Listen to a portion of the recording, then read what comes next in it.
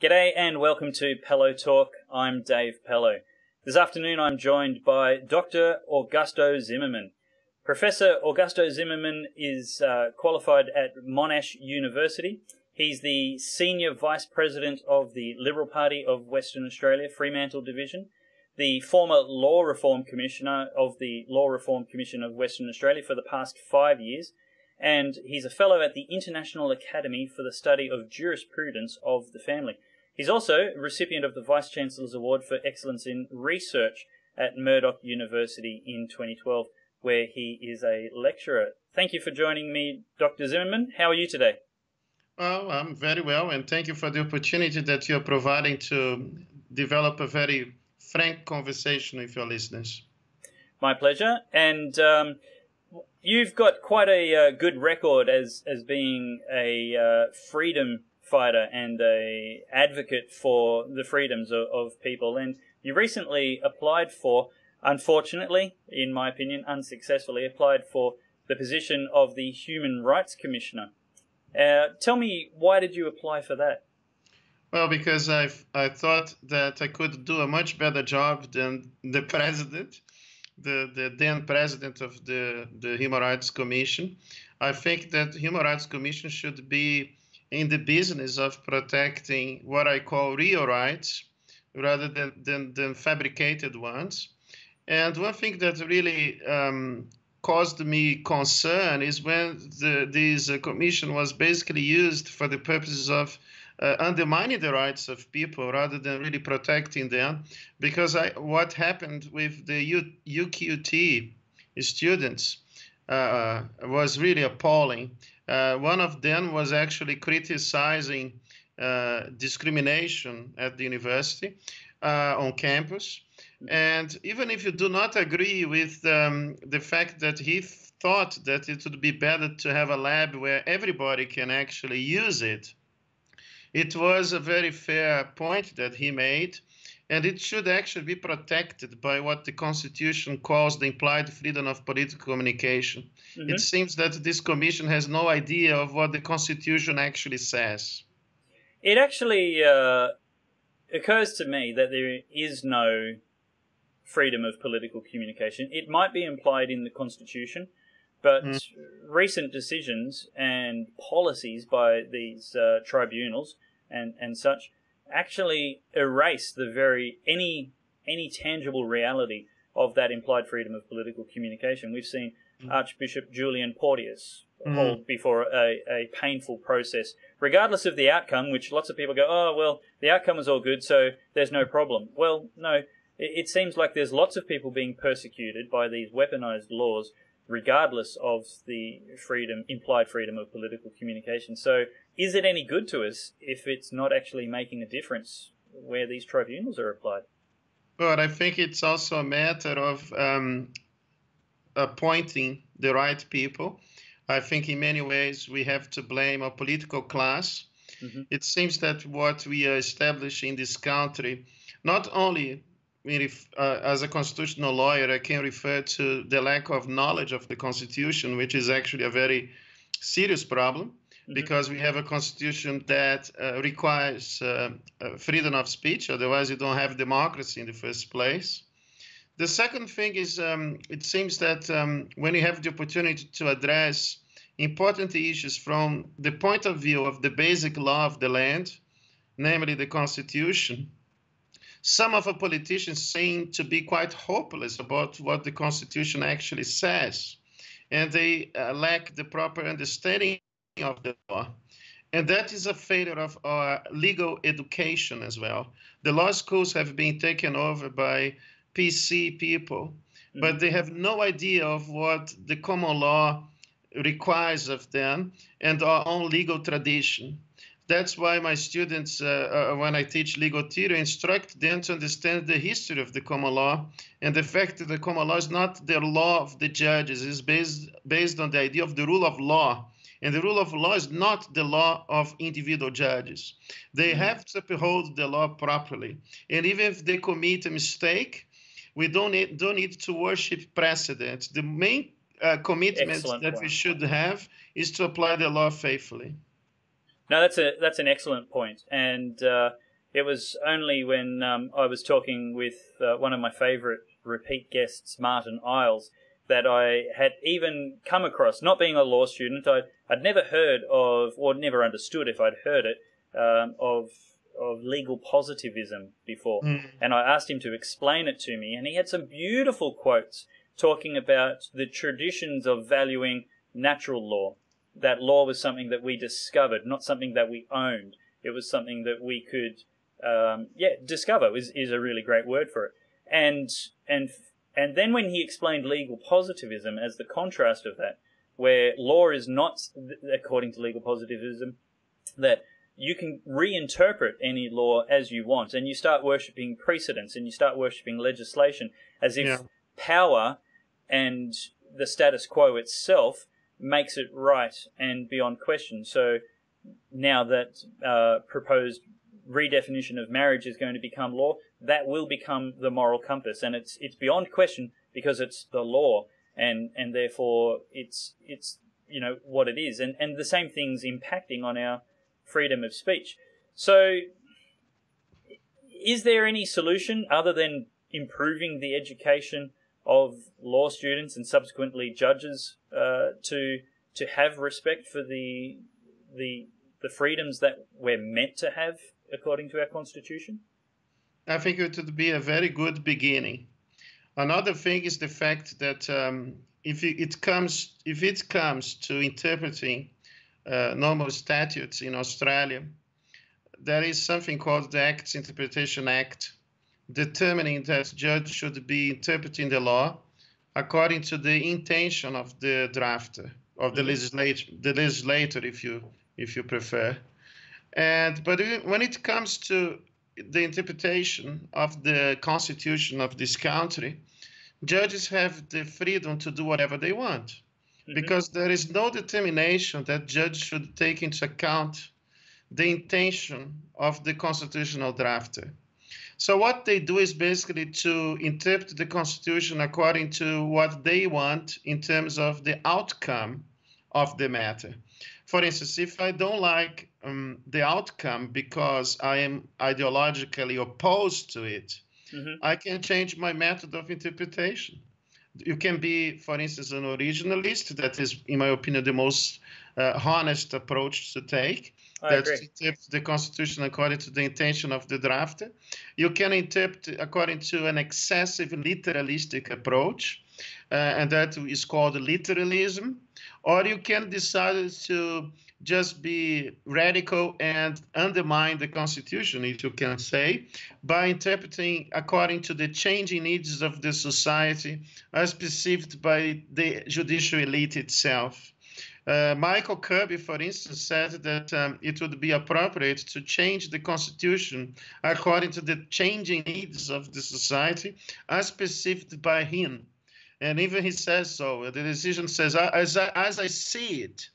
And so it's basically like doing whatever you want and using or appealing to a method of interpretation that can lead to the outcome that you personally desire. So bringing it back to the Human Rights Commission, and look, I think you would have been a wonderful candidate for that job, somebody who, again, upholds the original values of our Constitution and those freedoms that, implied or explicit, have been forfeited with current revisionist and interpretive policies of the High Court and the governments. What power do we have? Who actually makes, I don't know, who makes appointments to the High Court? Is it like in America, the president, the executive power gets to do it? Is it the government, or does the court elect its own High Court judges? Well, the judges are appointed by the government of the day, ultimately by the Attorney General. Certainly, the Governor General puts his rubber stamp, but the decision is made by the Attorney General. Of course, once a judge is appointed, he then has autonomy, and it's almost impossible to remove a judge. But so, sorry, is it the government and the Attorney General appointing judges at any level, or and every level, or do they only appoint it at the entry level and thereafter the judges order themselves? If it's a federal judge, he will have to be appointed by the Attorney General. And if it's a state judge, it's a similar process. And so how do you get to the High Court? Well, he's getting at the High Court in theory for proving himself or herself to be an experienced lawyer, normally not an academic like myself, normally it's a barrister, and proving to be versed in the law. And once he gets this appointment, he is supposed to be entirely independent, because we have a principle of separation of powers. So the government can influence only at the level of appointment. After this, the judge has his own independence. But the independence is not for the judge to turn him or herself into a law for himself or herself. Correct. The whole idea of having independence is so that judges can decide cases even to the displeasure of the government. Yes. And that's why we had in England this idea, because kings were trying to influence the decisions of the judges. So what kind of accountability is there, though, if, like, the judges are meant to be independent but authentic and honest and faithful to the Constitution? What accountability is there when a judge goes activist or rogue? Well, that's the principle of checks and balances. We should have the political class representing us in Parliament being able to solve the problem. There is something called impeachment of judges. I mean, it looks quite impressive. Like, it looks like that judges will be afraid of doing wrong things because they could suffer a process of impeachment. But it's very rare to happen, and it has never occurred. So, well, that was going to be my next question. Has it? It's almost impossible. Yeah. Yeah, I was going to ask, has it ever happened? Well, how do we fix that then? If it's so hard, maybe it's not working. Is it? Like, I know the legal system is very, very, you'd almost use the word holy in a non-divine sense. It's sacred, might be a better word. People don't want to touch it and meddle with it. But if this method of impeachment is nearly impossible and certainly unprecedented, perhaps it's not a sufficient check and balance. Does it only take political will to make it happen? Well, I'll tell you one thing. It takes political will. I think two things we need. One thing we need is to start to understand better legal tradition. I think it's important for us to start teaching legal history again and legal philosophy from a common law traditional perspective. And that's what I do to my students, to explain what the first common law lawyers actually had in their minds when they developed a legal system. And in many ways, you are right to say that the legal positivistic tradition, but also combined with the realistic approach that I can explain later what it means, it's a novelty in many ways, because this started to be so only in the 19th century, when we started to believe in things such as the evolution of the law, and we abandoned our natural law tradition. The whole idea of the natural law is that the law is based on reason, and judges are not to be there creating or imposing law. What they do is basically to discover the truth and apply what we call right reason. And that's when they have to say to you that the law has already existed, because it's based on objective standards, not subjective ones. And what judges have to do is basically to clarify the standards as they exist, as they are, and to apply the law according to principles that are regarded to be universal and ultimately based on the standards of our Christian tradition. That's what they did. That's what Coke did. That's what Blackstone did. That's what Bracton did, and all the greatest jurists of the common law. So what's happening now is basically the creation of a different legal system. And the price that we pay is probably even the undermining of the rule of law. The rule of law is not the rule by law. It's the law subjecting even judges to the law. Not only judges, but politicians, the whole political class and judicial elite. Right. That's an important distinction. No distinctions. Yeah. Everybody to be treated equally before the law. No, I appreciate the distinction where the distinction you drew between the rule of law and the rule by law. So the rule by law seems to be what we're getting a fair bit lately, where if it's law, it's right. But the rule of law, where everybody is under it and you don't get to reinvent it to suit yourself, is really good. Look, speaking of reinventing, I want to pivot slightly to the redefinition. You presented a report to the Senate Select Committee on the exposure draft of the Marriage Amendment Bill to redefine marriage and include homosexual marriage. And I appreciated one of your opening comments, which was that I dare to say that there is still a constitutional question regarding the capacity of the Commonwealth Parliament to change the meaning of marriage. You didn't deny that the Commonwealth had the power to introduce legislation regulating the institution of marriage, but what you questioned was the capacity of the Commonwealth to change the meaning of marriage, because you went on to say the High Court has repeatedly affirmed the connotation or the meaning of a given word must remain as fixed as it was established at the time the law was originally enacted. Under the orthodox rules of Australian constitutional interpretation, the meaning to be given to a term is that which it had at the date the Constitution was enacted. Tell me, do you think many people in 1901 thought that marriage included homosexuals? But certainly not. And I was just reminding the High Court what they should do if they not only respected what the Constitution or the constitutional drafter intended, but also if they were faithful to their own rules of interpretation that we call jurisprudence of interpretation or philosophy of the law. Because if you think about what judges in Australia have done over the years, they have normally interpreted the Constitution according to what we call the literalistic approach.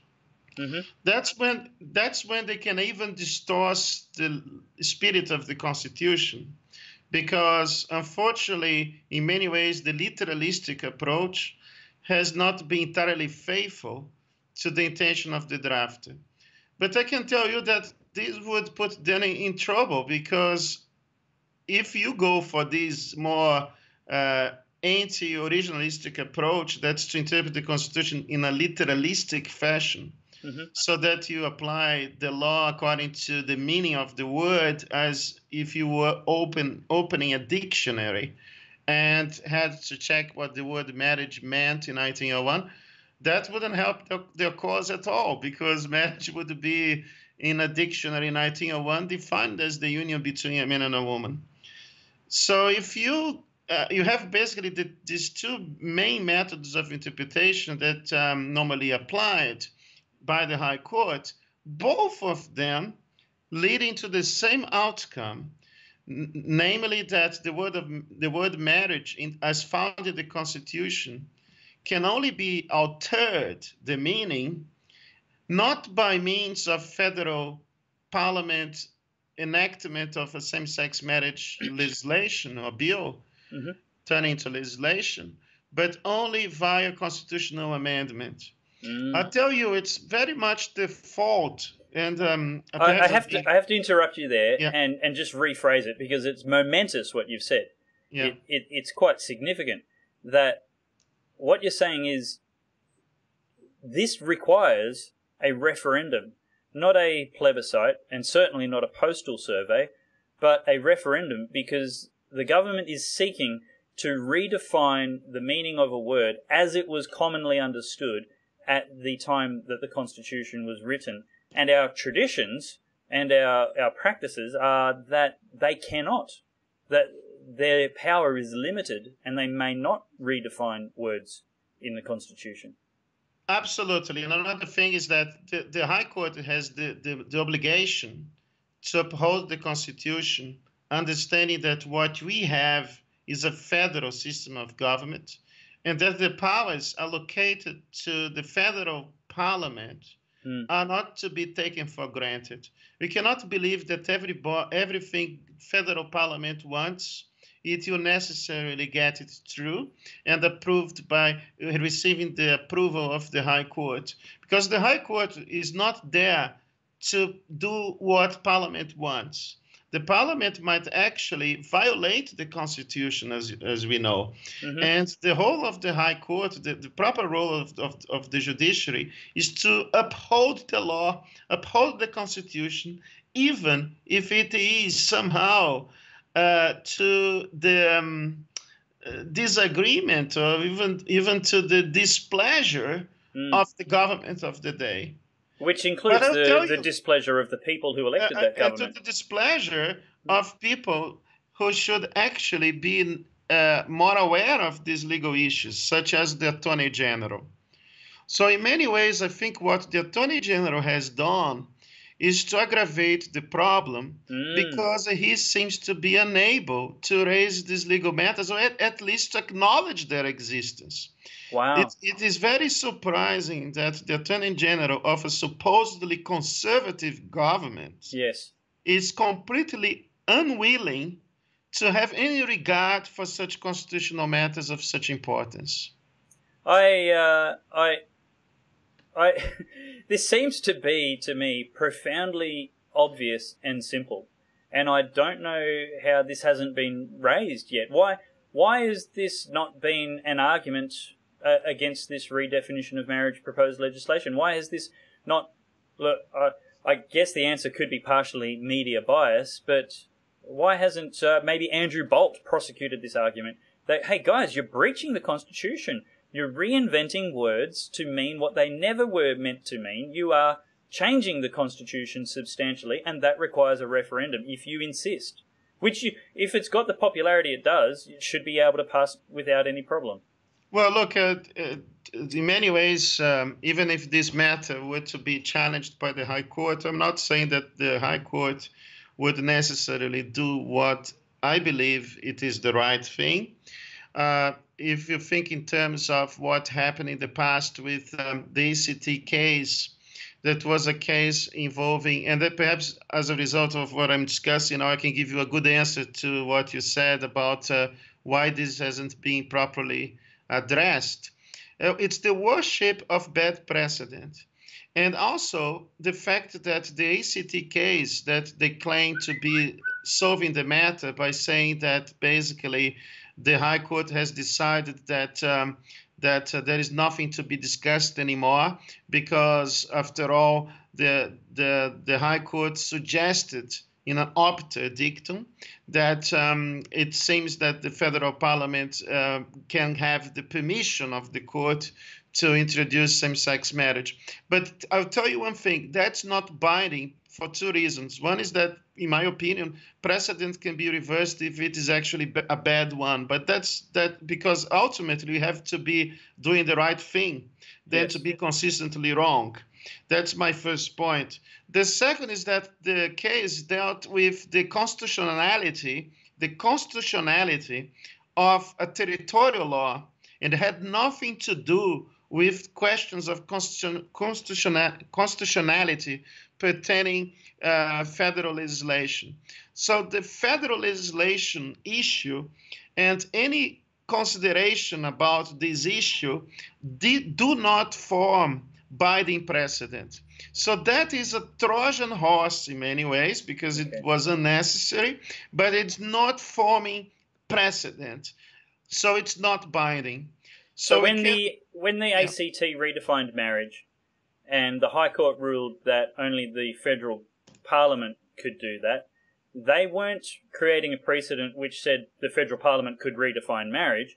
They were creating a precedent that said that power, if it belonged to anybody, certainly doesn't belong to the states.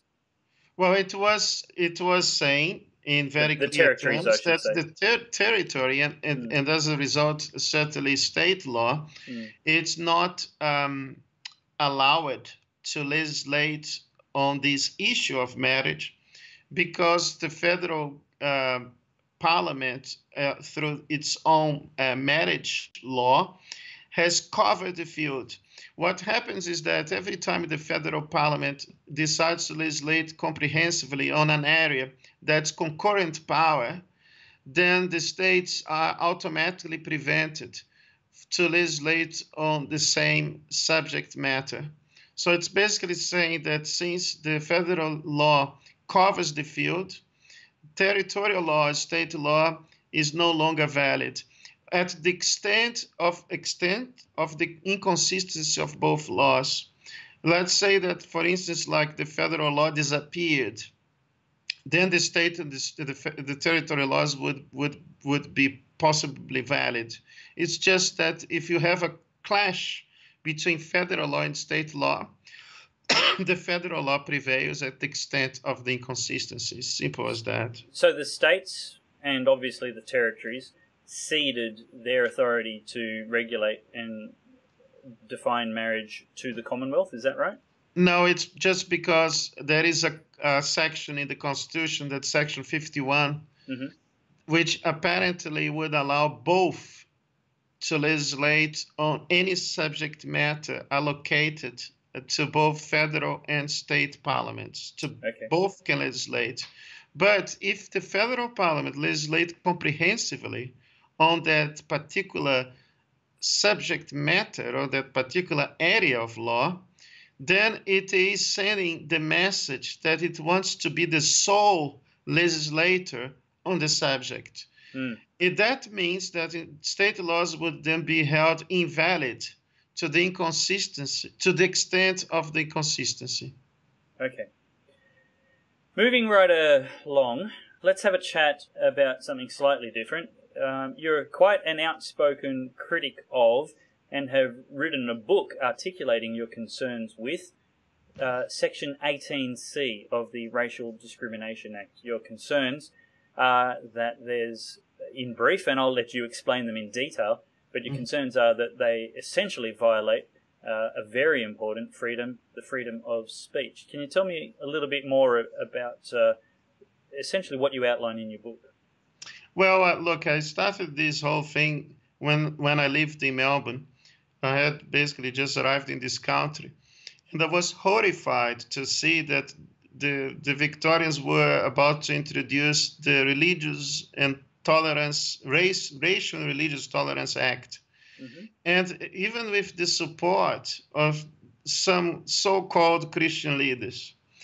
And that thing didn't make any sense to me because I was quite clear that this would be used as a form of Sharia law by stealth.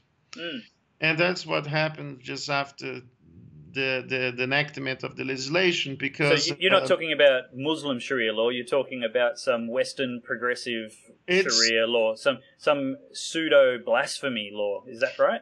Well, it acts as a form of blasphemy law by stealth. And since this was done at the request of the Islamic Council of Victoria, I ironically baptized this as Sharia law by stealth. because that's the purpose behind it. That was to shield and protect the Muslim community from any sort of criticism. Wow. And even to the point that they sent people to infiltrate a meeting of Christians, the two pastors. Then this became the two Denny's case. Yeah. These people were there just because of the existence of the law, because that was a gathering of Christians only. These two Muslims, actually three Muslims, invaded this meeting, falsely claiming to be Christians, and started to make very complicated and strange questions to the pastors to see if they could trap them. Wow. The funny thing is that the pastors actually seemed to know more of the Quran because they lived in the Middle East and they were actually persecuted over there, and that's why they end up living in this country. I didn't know that. Yes, and they knew more of the Quran than the Muslims who were attending this meeting. And one of the questions raised by this fake Christian, a Muslim pretending to be a Christian, is what to do with the Muslims since he's telling us the truth about the Quran. And the answer given by this passage is that we have to distinguish between evil and bad ideas and people. We are not hating Muslims. We love them. And we would love to set them free from this religion. That's right. And that's because they need Jesus. And that's that was his answer. That was not considered to be good enough. And he was brought to the court, and the secular judge started to say, what should then be the best interpretation of the Holy Book? So we have now a judge with no experience in theology telling the pastors what should be the Quran dictate or what the Quran actually says. And of course, that's when I started to know that we might not be living in an entirely free society at all. You're absolutely right. That's blasphemy laws. And now we have blasphemy not just about statements of religious nature. Now it's extended to all sorts of things. So I must say that I'm starting to really feel afraid of living in Australia.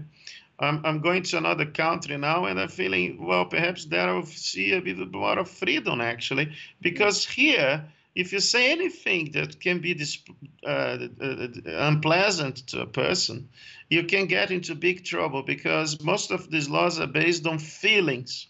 Section 18C is about people feeling offended. That's right. That's why the Attorney General is so unaware of the nature of the law, because he claimed that he has a right to be a bigot. Yes. Well, I am a person who hates bigotry. And what's happened is that this law is about even people criticizing discrimination and sometimes having to face the full force of the law with the support of the Human Rights Commission. Yeah. Of course, I think the Attorney General has all the right to be a bigot if he wants, because he said he's a right, but I don't want to exercise this right, and I feel offended by him when he supposes that I am wanting to be a bigot. I actually try to support people who just want to have a fair argument, even if a person can feel offended by this argument, because we live in a democracy after all. It's a really good point. Democracy implies robust discussion. Tell me, Dr. Augusto Zimmermann, what do you think it does to the quality of debate and intellectual discourse in a nation when certain ideas are banned from being spoken about because of the perceived need to protect certain minorities, a selected number of minorities' feelings? I don't think it is even the case of protecting all the minorities, because I came from overseas. I'm a Brazilian, native Brazilian. I now have very proudly my citizenship in this country. And I chose to live here. And perhaps I consider myself more of an Australian than many Australians, because it was my choice to come to this country. I'm very proud of being an Australian now. But I think what these people do is to use minorities for the purpose of deconstructing Western values. Excellent. I think in many ways, this kind of thing about cultural rights serve the elites, not only within these minority cultures, but the elites in general, of outside elite and the inside elite as well. But, cultural rights and group rights, they clash with the rights of the individual. And this is a very dangerous thing, because every time you claim to be giving a right to a group, this group might not necessarily be a group that embraces classical liberal values, such as women's rights, such as the rights of children, such as freedom of speech. I think what we need is to actually understand that first comes the basic rights that we would call God-given rights of the individual. And we would have a much better society if they allowed people to exercise their cultural preferences in peace, without being bothered or having the state imposing their will upon others. No, that's an excellent point, and I was amused but not surprised to see a conversation on Twitter today which was a highlight of a conversation that happened on the ABC. And we all know the ABC is the bastion of objective, independent journalism. And they were mourning, perhaps, that multiculturalism has failed in Australia because we want people to integrate and assimilate into our culture. And my reply on Twitter was, of course multiculturalism has failed, because it's cultural relativism, as if any idea is justified by its merit of being from another culture, which is absolute rubbish. But Australia is a successful multi-ethnic nation where we successfully do provide a melting pot for all nationalities, because we ask people to live under the rule of law and under natural laws and basic human rights, such as you referenced in classic liberalism, where women have rights and everybody is equal. Imago Dei, we all made in the image of God and worthy of dignity and freedom and protection. So yeah, multiculturalism is a malicious idea. And what hope do you think there is? What prospects do you think there are for 18C? I'm guessing most people, right of centre, would like to see it abolished, but is there any hope for its better implementation, or even some slight rewording, removing the words offend and insult? Well, look, I would like to have this hope. I think it's a hope, but I don't think that if we keep voting bad as we do here, if you have the quality of this of the political class kept, then I think it will be very hard, because I'm making a point about the Attorney General, but if you think about the quality of the opposite side, if you think about Labour, for instance, what they have done now is to think that they should extend the Section 18C to even religious grounds. I have just written another day that there is a Muslim MP here in Western Australia trying to introduce another version of the dreadful Victorian vilification law, turning Section 18C for such purposes as well. So not only we have a very bad Section 18C that is absolutely dangerous because it's totally subjective, and innocent people can have their lives really messed up as a result, having to spend a fortune with lawyers, and really this can be, the chilling effect of this law is really absolutely dreadful. But Labour is not happy with that. They want to make it worse. They want to make what is bad into something that will be even worse. They are suggesting to add the element of religion because the poor Muslims need more protection. We don't need protection from the radicals who are actually causing lots of trouble, but they need more protection from us, making a point. That poses a threat to our national security, as I say. So it's actually not only a disregard for freedom of speech, because Labour seems to have lost this regard for free speech, but they are now wanting to have a disregard for national security as well. These people are actually posing a danger to the lives of innocent people in this country. Now, just pivoting again to if we dare, a more controversial topic. During the recent Queensland election, there was a One Nation policy floated by the One Nation candidates, which suggested that parents who are the subjects of domestic violence orders should be allowed to continue to see their children until the matter has been dealt with by the courts. Yes. Now, both the Labor and the Liberal minister and shadow ministers, respectively, for child safety and those portfolios, related portfolios, both of them viciously attacked that policy and specifically referred to, let me just see if I can pull it up here, refused to the men who were advocating for this as brainwashing One Nation by a few jilted men caught up in custody battles. Tell me, what's your opinion of this relegation of anybody wanting to debate this legislation to being jilted lovers and not worth taking seriously, and then perhaps talk about the merits of the policy itself. Well, look, what you're telling me is really very concerning, because I was serving for 5 years here as a commissioner. I was a law reform commissioner in Western Australia, and we were in charge of writing a report on domestic violence restraining orders. And I was able to interact with all sorts of people as a result. And I decided to really be very interested about this issue, because I had no idea that this was happening here. But I'll tell you one thing. I wouldn't say the vast majority, but I would comfortably say the majority of these domestic violence restraining orders are cancelled because they lack evidence. And what made me quite concerned is to discover that the Attorney General here in Western Australia was trying to solve the problem of these false accusations by actually allowing the false accusations to prosper without the need of evidence to be provided. So some of these restraining orders, they are conclusive, they are no longer interim, they happen to be final, even when the accusation hasn't been proven and there is an absolute lack of evidence to be provided.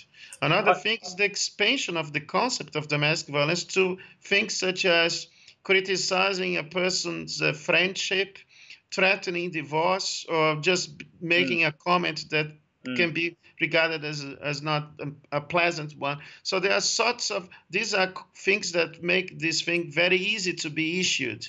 Yep. So you have, for instance, Professor Patrick Parkson, David, I just need to tell you that, he told us that it takes about three minutes, for a person to lose his property and lose access to his kids.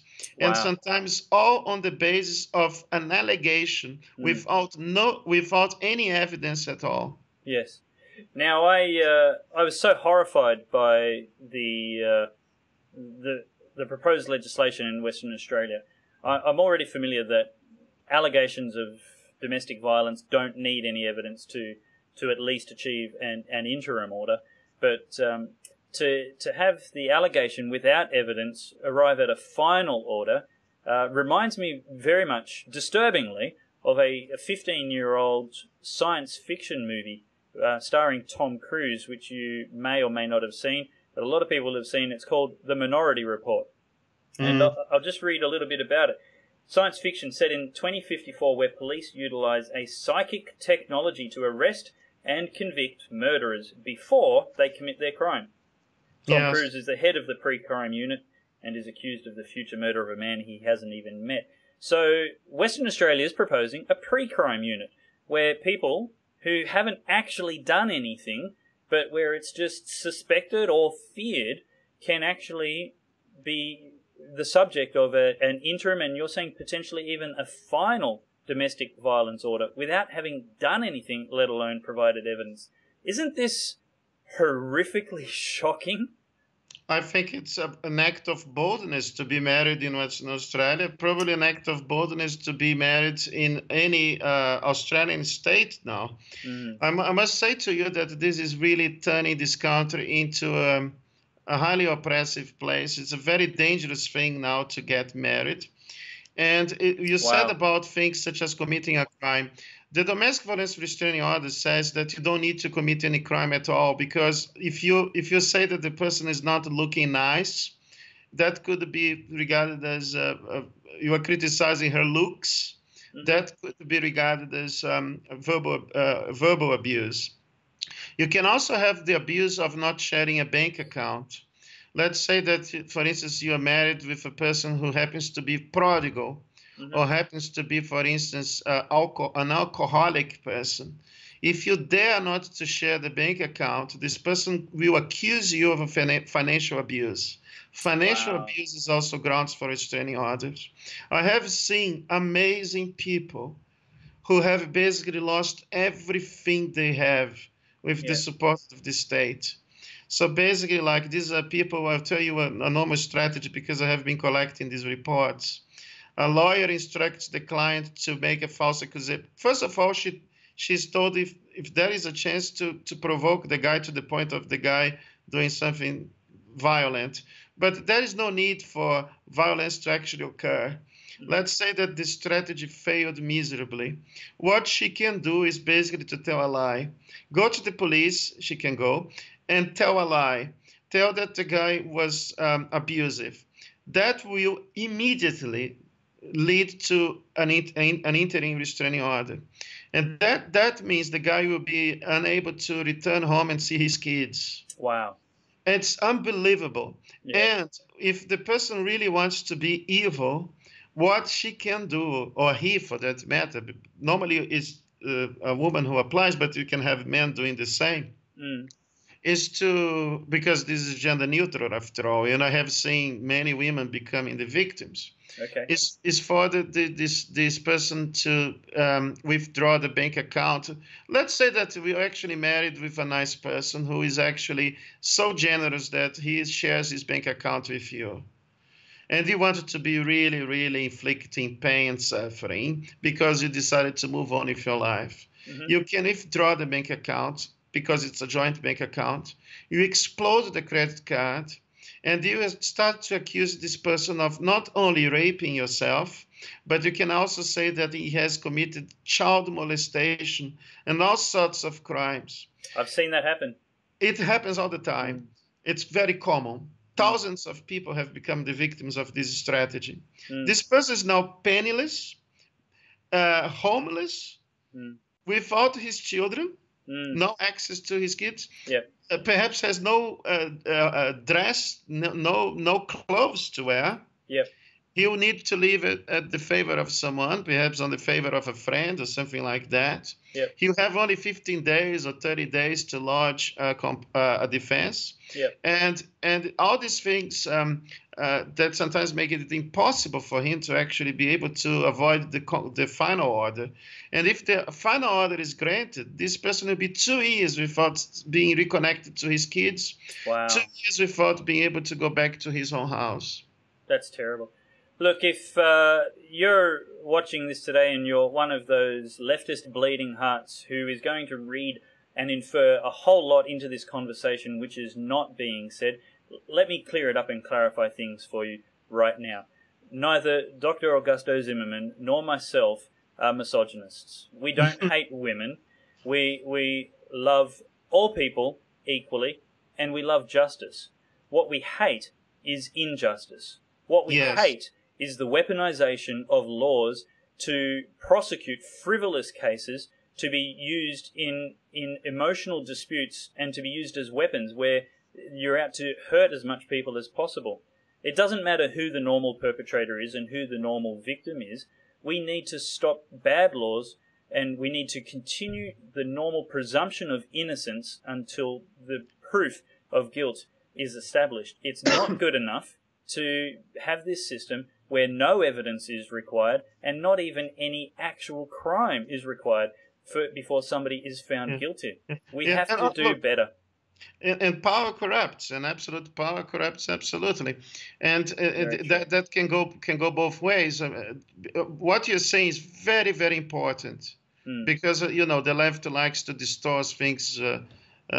Reasonable people tend to say, and I'll tell you one thing: it could go both ways. It could sometimes be a strategy adopted by an unfaithful husband.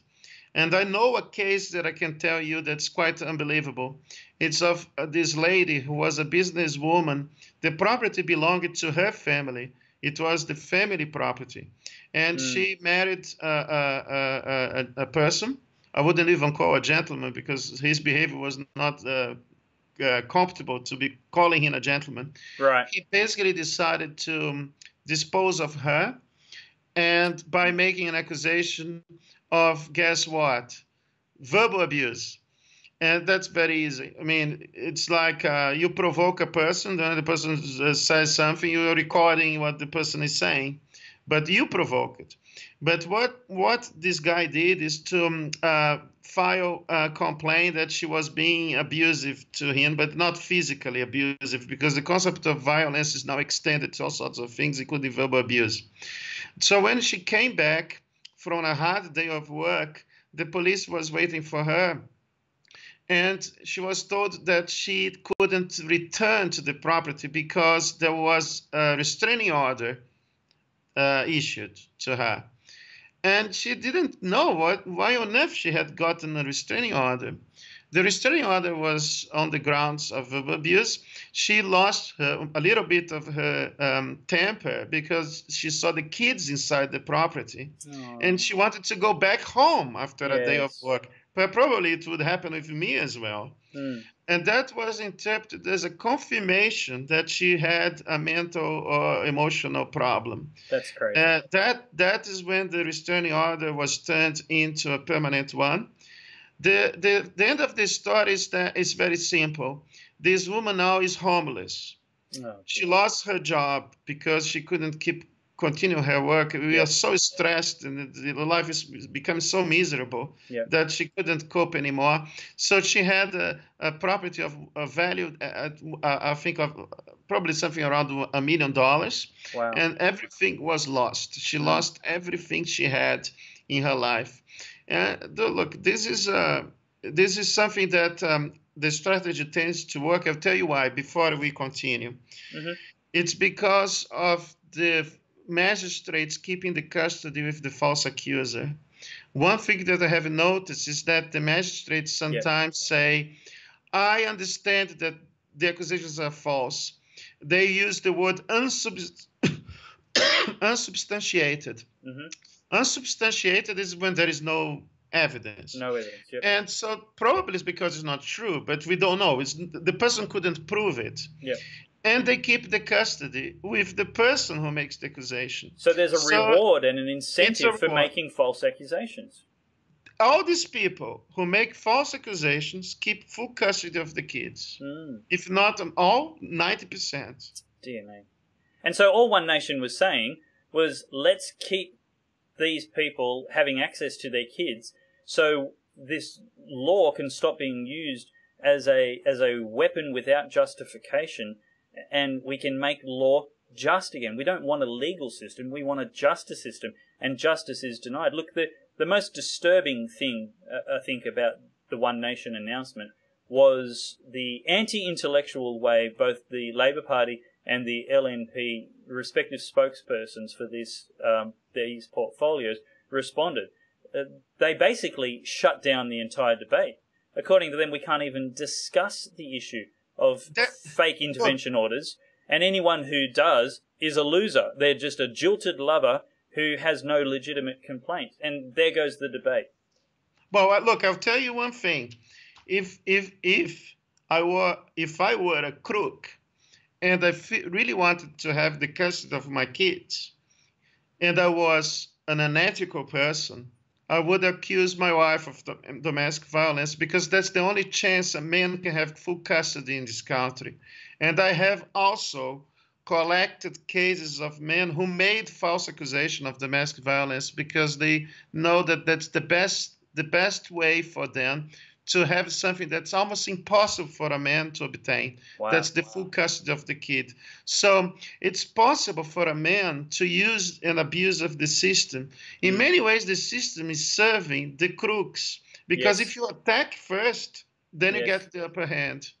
Tell me, what do you think the solution is? How do we reform the family law court system? Well, stop giving financial incentives. That's the main problem. You know, I have written an article. I don't know. To the lawyers or to the complainants? Certainly both.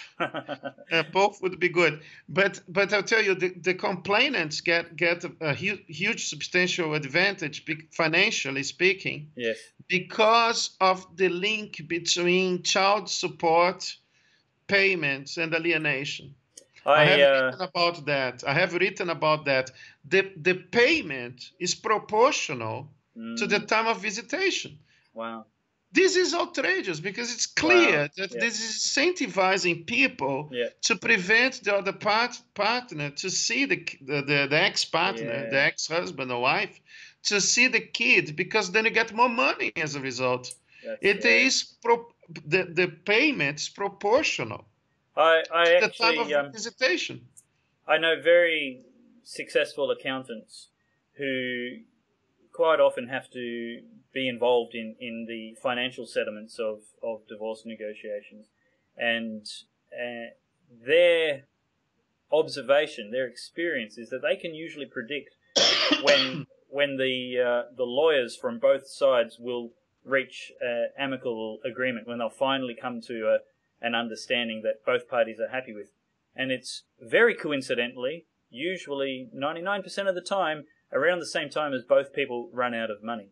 The lawyers seem to be motivated not by settlement, but by bleeding them dry.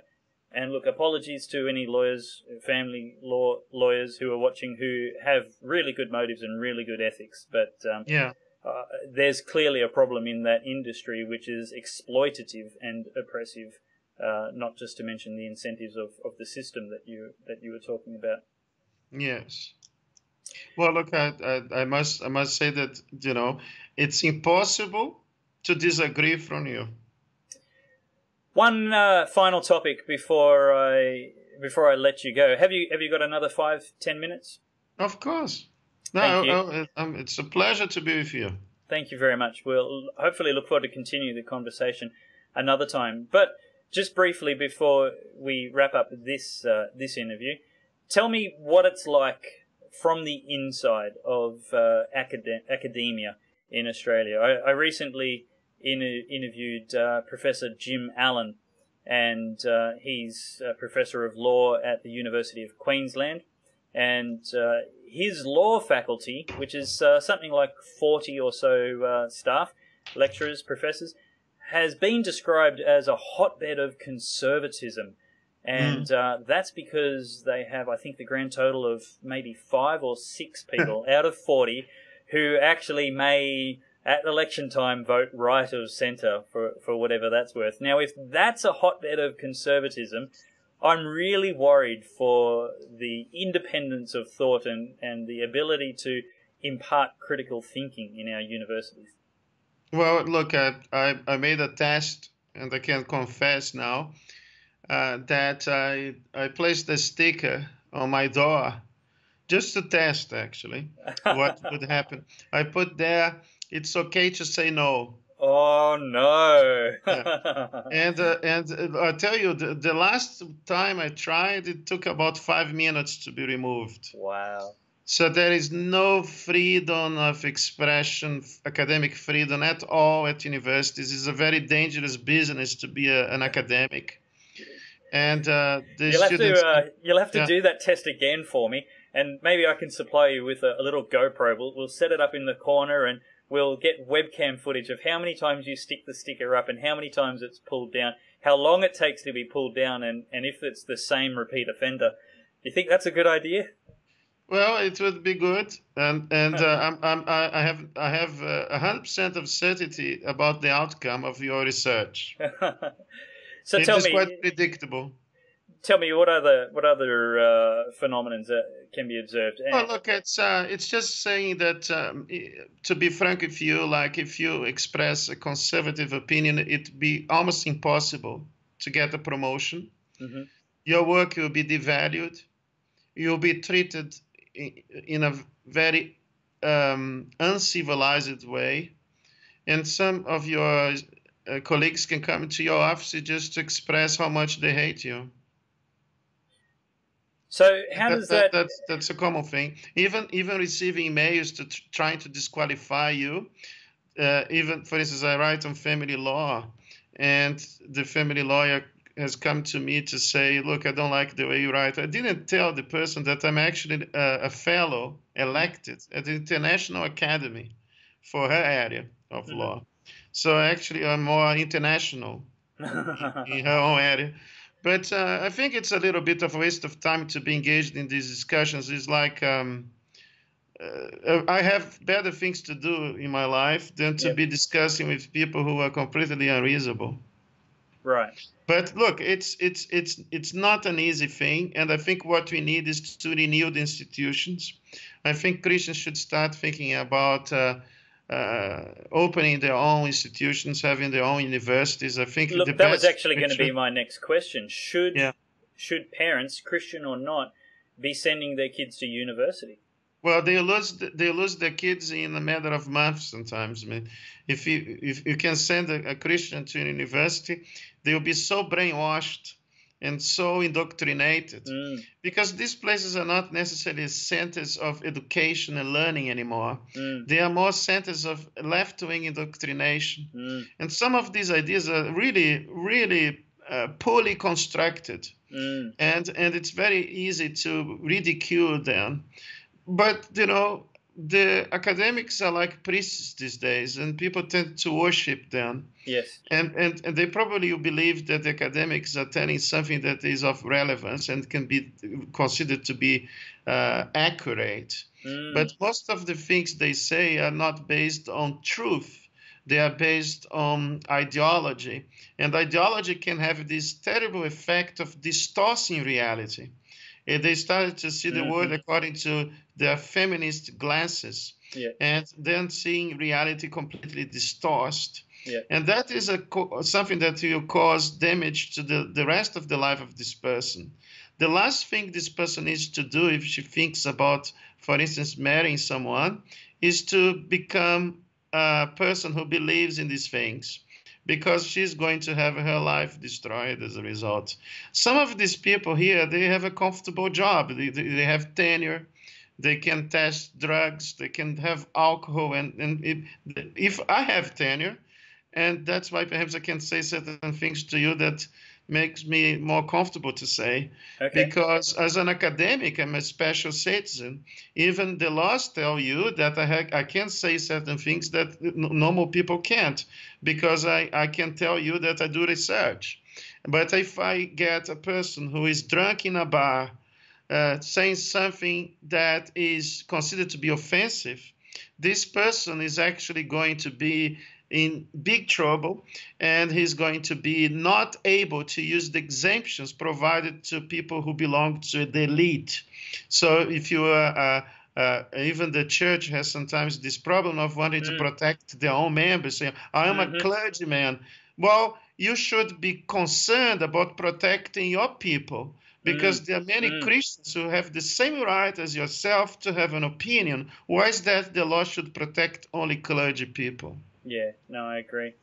Look, I've actually thought recently, it occurred to me that the parliamentary privilege idea, the idea of parliamentary privilege, should be applied to all of society.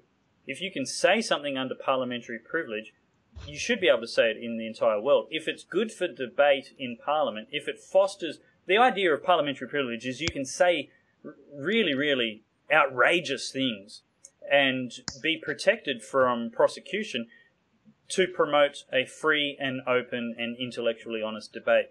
And yes, some people may abuse that, but that is the case of freedom. You don't limit freedom because some people may abuse it, otherwise you'd put everybody in jail. I think it would be a better democracy if everybody in Australia enjoyed parliamentary privilege. What do you think? I think your point is a very good one. The idea of a parliamentary privilege was because the king in England was attending the parliamentary proceedings. And he was taking notes of those who were a little bit naughty. And they would face the fury of the king. The wrath of the executioner. The wrath of the king. Yeah. Perhaps that would cost their heads even. Off with their head. Certainly. And that's why the idea of parliamentary privilege was conceived. But now you see these parliamentarians thinking that they are our bosses. Parliamentarians are representing us. It makes no sense that they should have the right to express their opinions, and they are telling us to be quiet and to be saying things that they think we should. That's right. That is an inversion of the whole thing. Yes. Because they are our employees. They work for me and for you and for every citizen. I am a bit tired of these naughty employees. Or parliamentarians telling us that they can be very rude in parliament and they can say things that sometimes are highly offensive to me, and they have the freedom to do so. But when it comes to the people of this country, they want to control everything, including what we say, according to Julian Triggs, in the kitchen. Of course, she doesn't know that we already have restraining orders for this purpose. So she is not updated with the law, but what can you expect from Julian Triggs, after all? I think she has proven not to be very good on legal issues, after all. But this whole thing about the kitchen, we should be able to know what people say in the private realm. It's already occurring, and it's a very dangerous, tragic development. But certainly we as citizens should have free speech, because otherwise the whole idea of living in a democracy collapses entirely. And when this happens, what starts to happen here is that we have an elected dictatorship, when you have tyrants being elected, because free speech is essential for the functioning of every democracy. Without free speech, there is no democracy at all. Brilliant. Look, you make an excellent point, and I couldn't agree more. And I really appreciate the work that you do in your career and in your academic environment as well, in promoting constitutional originalism and freedoms that we all should enjoy a whole lot more, and we've unfortunately taken for granted and seen eroded. So, Dr. Augusto Zimmermann, thank you very much for being my guest on Pellowe Talk today. It's been a great pleasure having you. Great pleasure. Thank you so much for inviting me. That's Dr. Augusto Zimmermann, and you can catch that online at davepellowe.com, along with any other notes. If you'd like to support the work of Pellowe Talk and keep this conversation going, keep independent and free thinking media as an alternative to the options you have in your mainstream media, then please head over to davepellowe.com and click on the donate button to support this very important work that can't happen without the generosity of viewers like you. For as little as $3 a month, you can help keep bringing interviews and quality articles with alternative ideas and perspectives on objective truth directly to you, wherever you are, whenever it's convenient for you to watch it. And you can also catch up with us on social media, Facebook, Twitter, Instagram, and YouTube. Just look up Dave Pellowe. And until the next episode, we'll see you later.